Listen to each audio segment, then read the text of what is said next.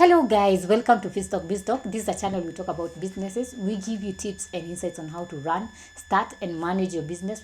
We also talk about work, career and lifestyle. And today we're going to be talking about performance management. We have been doing a series on performance management, and today we're going to do a video on 5 stages of performance management. If you want to monitor or if you want performance in the workplace to go up, there are 5 steps that you need to follow in order to elevate that performance. And one of the stages that of performance management is planning. And when you're talking about planning, this is where now you plan work ahead. Always plan work ahead. You set expectation, you set goals, and you now, once you set goals, you have a clear outline on what you want your team to do, what you want as a company to realize, what you want as a company to achieve. And you find that that is one of the steps of performance management. And when you're talking about planning, that is where you also assess if the people you want to work with or the team that you want to perform a certain task, you assess if they have the necessary skills or the required skills to perform that task. And then number 2 is monitoring. What do we mean by monitoring?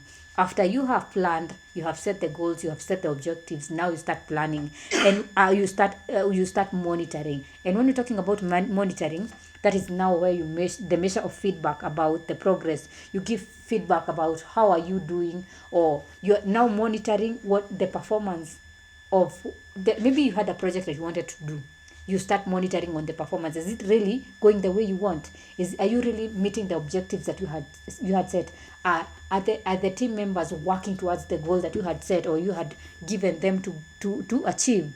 That is more on monitoring, where you now start comparing. You had given a set of standards. You start comparing. Are they really achieving the set of standards that you had set for them?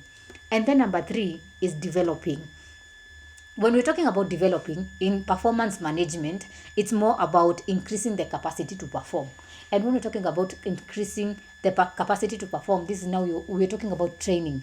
If you realize that your team or the people you are working with do not have the required skills, that is where now you call for experts to teach them on how to do the task or maybe gain more skills. That is where you now go for seminars. That is where you even call team building activities so that they can encompass some skills in their day-to-day lives.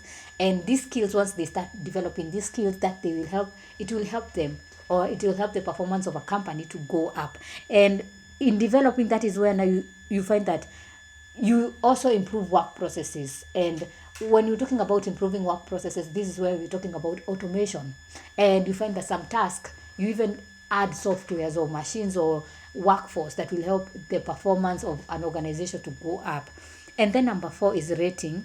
And when you're talking about rating, that is where we're talking about summarizing employee performance over time, where you now are able to assess who is the best performer. If you're talking about, let's say you're assessing the marketing, you had introduced a marketing team, and maybe you had given them a goal or an objective to meet.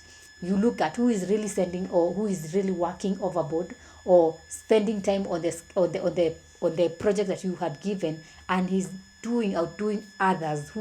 This is when you assess the performance of each individual. You identify their strengths, you identify their weaknesses, and that is when, after you have identified their weaknesses, now you realize that do they really need more training?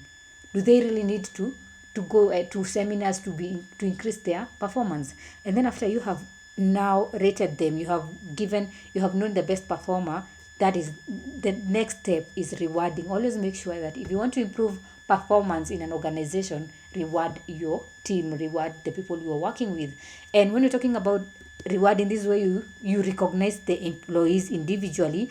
And it can even go, when you're talking about rewarding, it's as simple as even saying thank you, or saying you keep it up, or saying good work, good progress.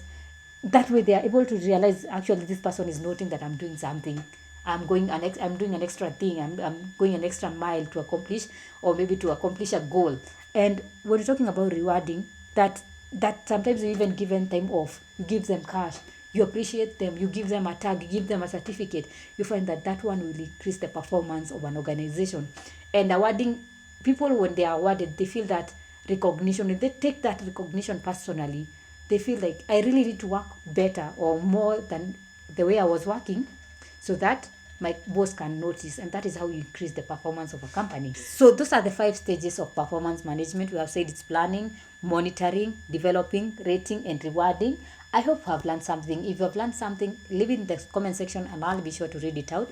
Make sure at the end of this video you like, comment, subscribe, share, and hit on the notification button so that every time I upload a new video, you can be notified. And if you're interested in learning more about performance management, if you want your organization to go at a higher level or maybe to perform better than the way it is performing right now, you can enroll for performance management courses at Finstock University College. Visit their website at www.finstockuniversity.com or call them at 0703 313 722 or send them an email at info@finstockuniversity.com. Until next time, goodbye.